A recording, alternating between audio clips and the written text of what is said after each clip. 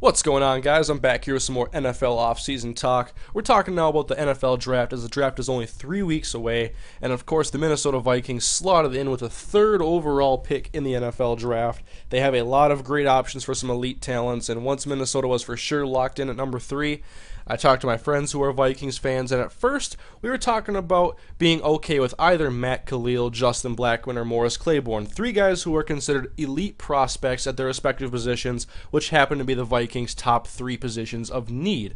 Matt Kalil is a left tackle, and Justin Blackmon's a wide receiver, and Morris Claiborne is a cornerback. And at first we were saying, okay, we're okay if Minnesota takes any one of those guys. They bolster a category, a position of need on the team, and we're okay with that. Whichever ones they pick, we're happy with. But as time has gone on now, I've done more homework on these prospects and just going through free agency, looking at what the Vikings' approach has been, which has been very conservative, and they have waited it out because they want to do this through the draft. They want to. Rick Spielman thinks it's the right way, which I do as well. If you look at other teams and how quiet some are in free agency and then have success during the regular season, I'm okay with the free agency being less of a priority, and to get some of the talent that they have so far is pretty good for them, for me to see anyways, getting guys like Zach Bowman and Chris Carr at cornerback.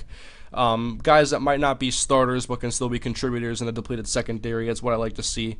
But since I have changed my stance for the Vikings number 3 pick, and now I have one person that I'm happy with, and that is left tackle out of USC, Matt Kalil. Tackle tends to be a position in the NFL draft that is more of a safe bet, so to speak. That and Matt Kalil has bloodline ties to the NFL. His brother Ryan Kalil is a center for the Carolina Panthers, and his dad also played in the NFL. So I like guys that have relatives that have played in the league, and I think Matt Kalil will be the Vikings' right selection because right now with young quarterback Christian Ponder, one of the ways to help him develop is to keep him upright in the pocket and give him some time to throw. And the Vikings' current left tackle is Charlie Johnson. And now there's a possibility of Charlie Johnson being moved to guard. The Vikings have picked up Jeff Schwartz this offseason. From what I hear is a great pickup from the Panthers. And John Sullivan had a good year last year as a center. So possibly Minnesota could have a much more improved line for next year. But with the rest of the draft, the Vikings need to be sure in rounds 2 and 3, in my opinion, to focus on receiver and cornerback. Now, in the second round, I would be psyched if the Vikings had the opportunity to get Alshon Jeffrey, a guy here I'm showing some highlights of us playing with an NCAA 12, and I think a guy like that would be a great selection in round 2. Basically, for round 2, I think as best player available at either corner, safety, or receiver. You got to take the best talent in that situation, I think.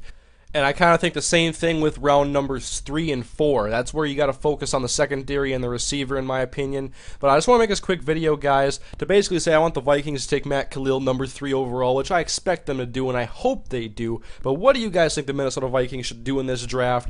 And do you think they should take Matt Kalil in the first round?